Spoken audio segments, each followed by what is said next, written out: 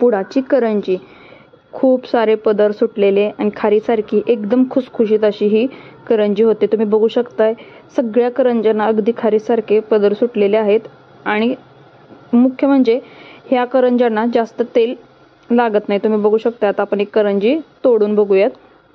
ज्यावेळी आपण ही करंजी तोडतो त्यावेळी आपल्या हाताला काहीच तेल लागत नाहीये आणि करंजी तोडतानाही अगदी खुसखुशीत होते.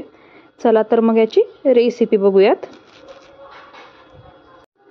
सगळ्यात पहिल्यांदा काय केलंय, आपण 1.5 किलो चमेली रवा घेतलाय. तो अगदी मंद गॅसवरती खरपूस असा गोल्डन ब्राऊन रंग येईपर्यंत भाजून घ्यायचा. तुम्ही हा रवा डालडा किंवा तूप ह्याच्यामध्ये भाजू शकता.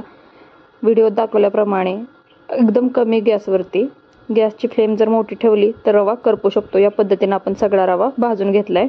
त्याच्यानंतर आपण खसखस आणि वेलची थोडी गरम करून घेणार आहोत, म्हणजे वाटायला पटकन सोपी जाते.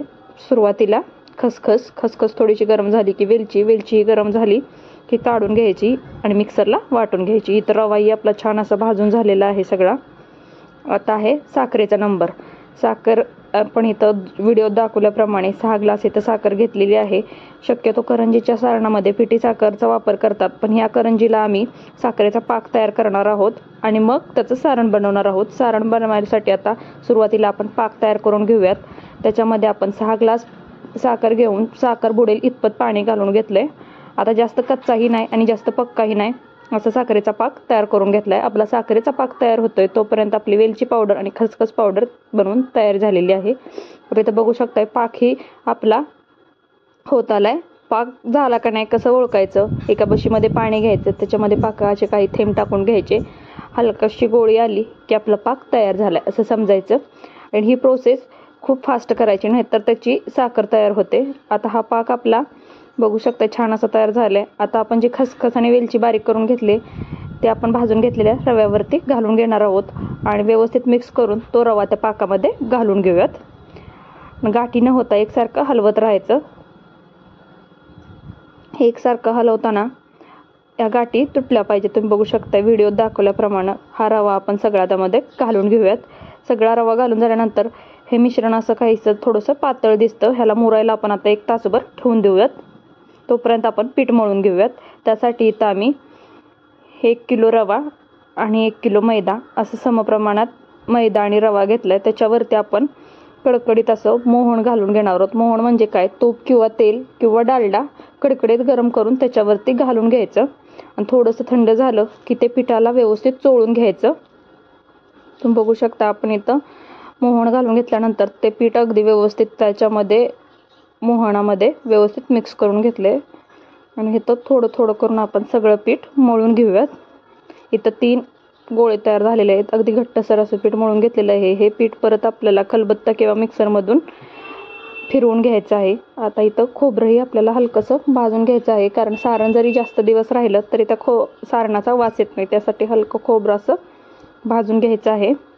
इथं खोबरं भाजून झाल्यानंतर आपण थोडेसे ड्रायफ्रुट्स घेतलेले आहेत. तेही ड्रायफ्रुट्स आपण थोडेसे असे क्रश करून घेतलेत, तेही आपण भाजून घेणार आहोत, म्हणजे सारणाचा वास येत नाही.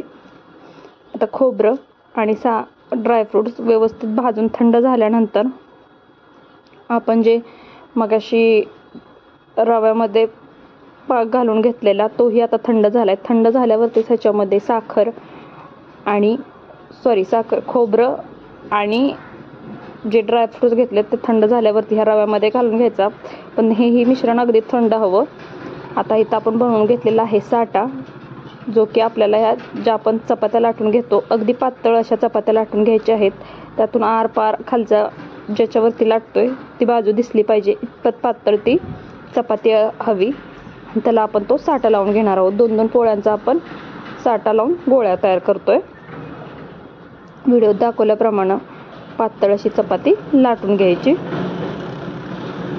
तुम्ही जेवढी चपाती पातळ लाटाल तेवढे लेयर्स जास्त सुटतात आणि करंजी खुसखुशीत होते.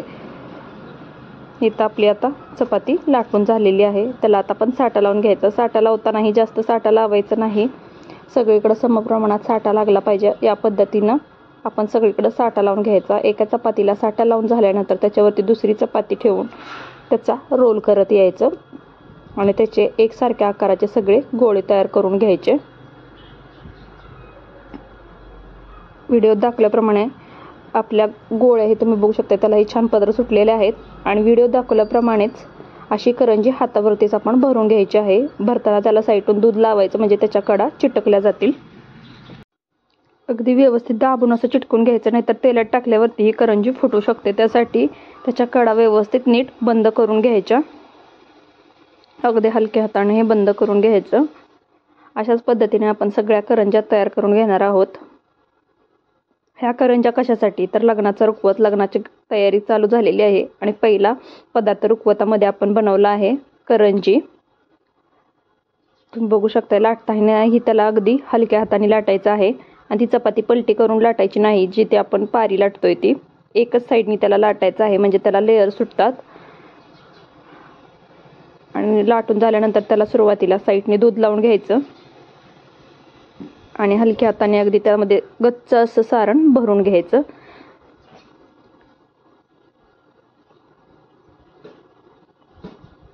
तुम्ही जर चॅनलवरती नवीन असाल तर चॅनलला सबस्क्राईब करा, व्हिडिओला लाईक करा, कमेंट करा, शेअर करा. आणि तुम्हाला आजचा व्हिडिओ कसा वाटतोय मला नक्की सांगा. इथं आपल्या सगळ्या करंज्या अशा बनवून तयार झालेल्या आहेत.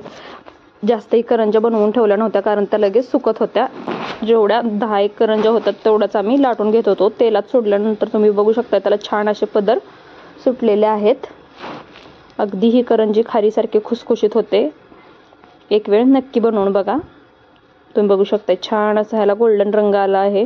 जास्तही काळपट करायच्या नाहीत. अगदी हलकासा बदामी रंग आला की करंज्या काढून घ्यायच्या.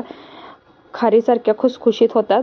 तुम्हाला आजचा व्हिडिओ कसा वाटला मला कमेंटमध्ये नक्की सांगा.